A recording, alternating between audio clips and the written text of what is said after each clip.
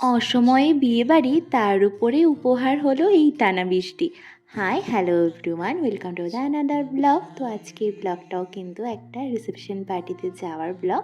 তো আমরা রেডি হয়ে গেছি আর ওয়েট করছিলাম অনেকক্ষণ, তার জন্য কিছু ঢঙও করছিলাম কারণ বাইরে তখন আবার বৃষ্টি শুরু হয়ে গেছিলো। তারপর একদম ঝিরিঝিরি বৃষ্টি মাথায় নিয়ে আমরা বেরিয়ে গেছি। মা দেখো বিয়ে বাড়িতে যাচ্ছে বৃষ্টির। আমরা মোড় পর্যন্ত দৌড়াচ্ছি আর কি, যাতে লাকিলি একটা টোটো পাওয়া যায়। আর এখানে কিন্তু মুষলধারে বৃষ্টি না, ওই ঝিরিঝিরি বৃষ্টি হচ্ছে। আর এখন তো বৃষ্টি হলেই বিদ্যুৎ চমকায়, জানোই, যেটাতে ভয় লাগে। তারপর আমরা টোটোও পেয়ে যাই, তারপর টোটো করে সোজা রওনা দিই বিয়েবাড়ির উদ্দেশ্যে। এই বৃষ্টির জন্যই কিন্তু টোটো করে যাওয়া, কারণ ভেন্যু আমাদের বাড়ি থেকে খুবই কাছে। তো পথে একটা অন্নপ্রাশনের অনুষ্ঠান হচ্ছিল।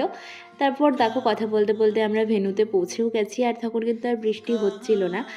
তো এই স্পেশাল দিনগুলোতে এত সুন্দরভাবে অ্যারেঞ্জমেন্ট করার পর যদি এরকম বৃষ্টি চলতে থাকে, তাহলে যাদের বাড়িতে অনুষ্ঠান তাদের মনের ভিতরে যে কী চলে সেটা বোঝাই যায়।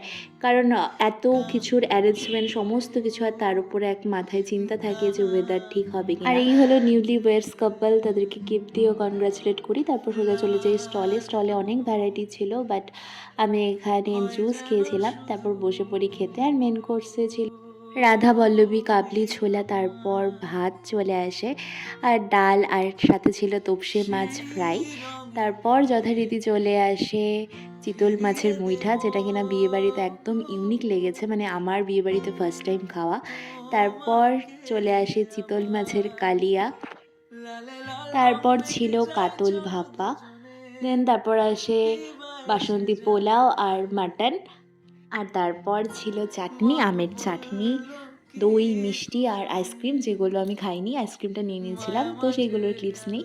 তো তারপর যথারীতি আমরা বেনারসি পান খেয়ে এখান থেকে বেরিয়ে যাই বাড়ির উদ্দেশ্যে, কারণ জানি না কখন আবার মুষলধারে বৃষ্টি নামবে। তো আজকের এই ব্লগটা এখানেই শেষ করছি। Tata, good night.